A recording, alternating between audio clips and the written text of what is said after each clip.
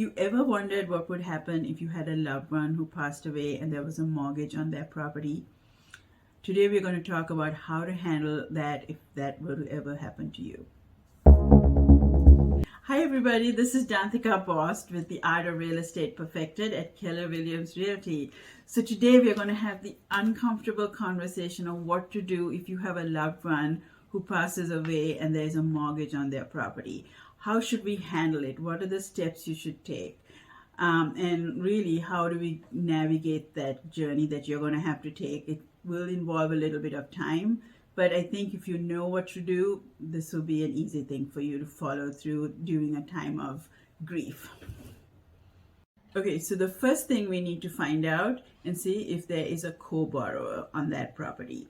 If there is, well, it's pretty simple because then the co-borrower is responsible for taking over the mortgage.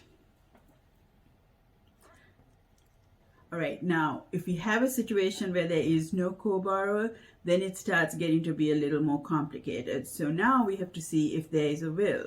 If there was a will, then it would pretty much tell you who inherited the property, and then that person would have to make arrangements with the mortgage company to start making those payments.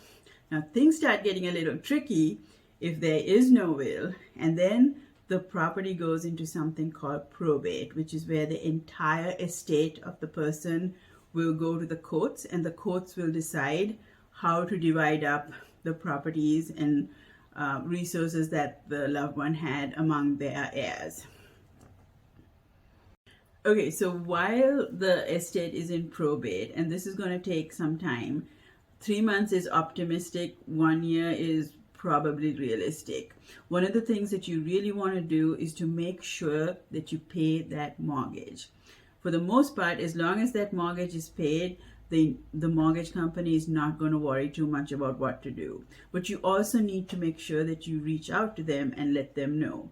Because if that mortgage payment is not paid, they can actually foreclose on the property. So the most important thing again here is to communicate. Most mortgage companies will want to work with you to come up with some sort of solution. If you want to transfer ownership to whoever the new owner is within the family, that can be done, and there's a process for that. Mortgage companies have different ways of doing it. But like I said, till there is some sort of formality regarding the transfer of the property, you must make those mortgage payments. So once an administrator has been appointed by the probate, then the process becomes a lot more simpler, and you really only have to make 2 decisions. Do you want to sell the property, or do you want to keep the property? If you want to sell the property, well, it pretty much follows a normal guidelines of a sale, where you list it if you choose to do that, or find a buyer off market. And the administrator of the estate will sign off as the seller. So I know this is an uncomfortable topic to talk about during a time of grief. It's difficult to deal with, but the process is really not as complicated as you might think. And if you have any more questions on it, I'm happy to help you out with it. A good probate attorney and a real estate working in tandem can make this process a lot easier and then during this time of grief for you. Thank you so much for watching, and I'll see you again next week.